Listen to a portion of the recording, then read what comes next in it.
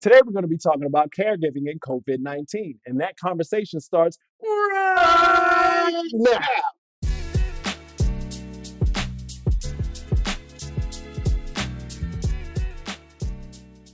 I'm here with Jon Strum, host of the Real Talk MS podcast and MS caregiver extraordinaire. And today, we're going to talk about MS and COVID-19 and MS caregiving. What's going on, Jon? How you doing, man? Good to see you. Good to see you too, Damien. Great to be with you today. So in these times of COVID-19 and caregiving, I think you have some expertise about this. Don't you, Jon? Well, I got about 20 plus years as an MS caregiver. I think I've learned a few things over those couple of decades. And so, yeah. Yeah, like you learned a thing or two over 20 plus years of caregiving. And so you could speak about caregiving in general and then maybe caregiving in times of COVID-19. How about that? Great.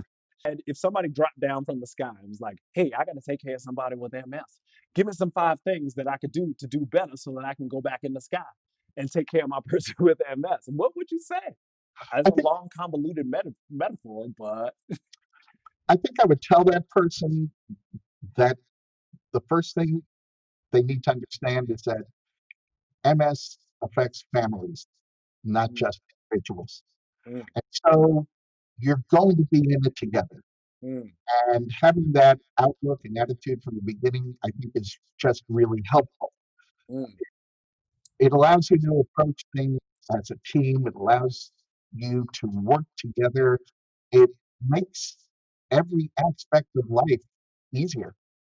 Wow. Yeah, because that's one of the first things that, like, if you even Google caregiving and MS, one of the first things they talk about is work as a team. And I literally randomly asked you, what would you tell somebody to do? And the first thing he said is work as a team. So clearly that's of utmost importance. What else do you got in your grab bag of 20 plus years of caregiving expertise, man? People who are MS caregivers Yeah.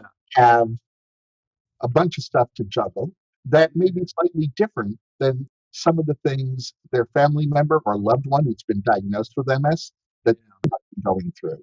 I think it's so important. That's why each member of that team needs to recognize a little bit of what the other is experiencing.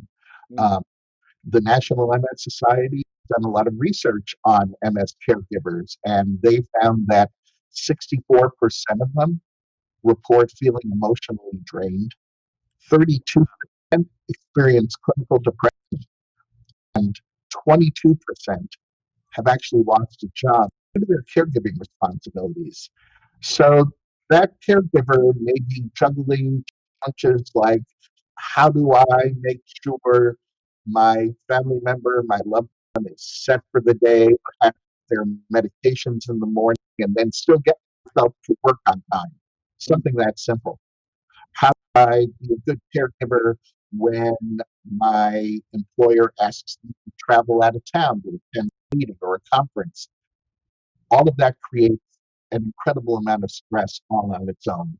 And because of the progressive and long term nature of multiple sclerosis, that family member who's functioning as an MS caregiver, it's a long term responsibility that tends to increase over time rather than even stay the same. wow. No, that's powerful, man. Because again, it's all family, and in a lot of ways, the person who has MS is going through it on the inside, and the caregiver's going through it on the outside, and dealing with medical things, and there's so many things that and appointments and like, with facilities. And you're doing a lot It, as it, a caregiver, sir.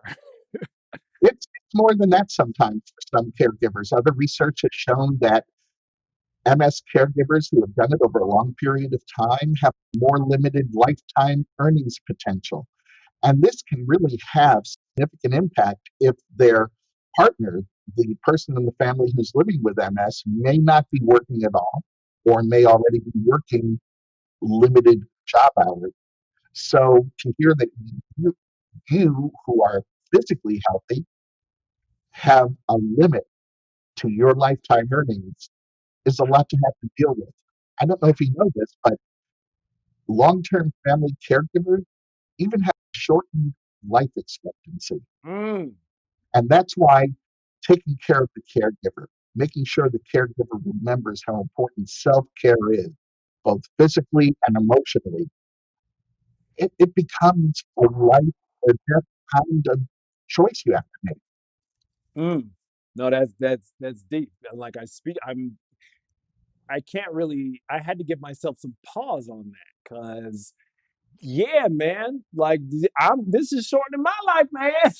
That's really what caregiving is, man. It's like you got the disease, but I've got the spouse with the disease. Right, exactly. You've got a spouse who's a caregiver, which means they're so emotionally invested in your relationship Yep. that as you go through things, they are recalibrating their own life aspirations, their own goals, Yeah. so that they can always be there for you. Yeah. Two Yeah. of you travel a path together. Yeah. Yeah. Wow. So how has COVID-19 come into the mix out of nowhere and turned your life as a caregiver upside down? What's going on?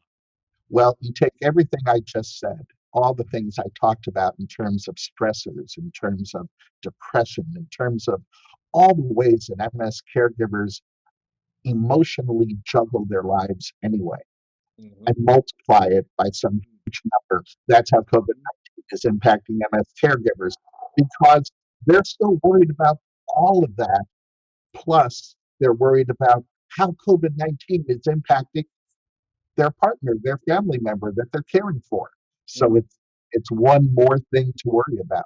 What happens if someone that I'm caring for has a serious exacerbation? Do I even want to take them to the emergency room right now? mhm. There are all kinds of stress inducing considerations that you have to be very careful to not allow to just sit in that echo chamber between our two ears and talk us into a very bad situation. Wow. Yeah, no, that's something that I had not even considered outside of, making sure my hands are washed and I have the face covering and I'm doing all the things. But how does this affect the person that's, outside of this facility, making sure this facility is here and the people that are taking care of my spouse are all in line with what I want and what my spouse wants?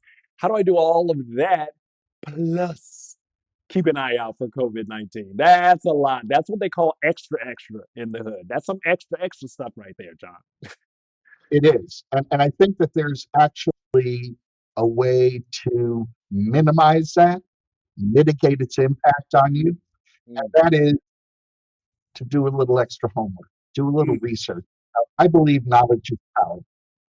And I think that the more we learn about how COVID-19 interacts with MS, mm. we find that people living with MS aren't any worse off than anyone else.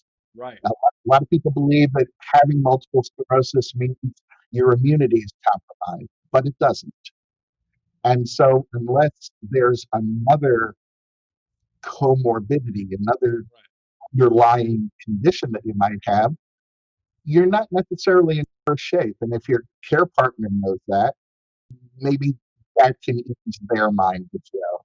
So I think that understanding that while it's a scary world out there right now, people living with MS and their caregivers are pretty well practiced in how to live with uncertainty.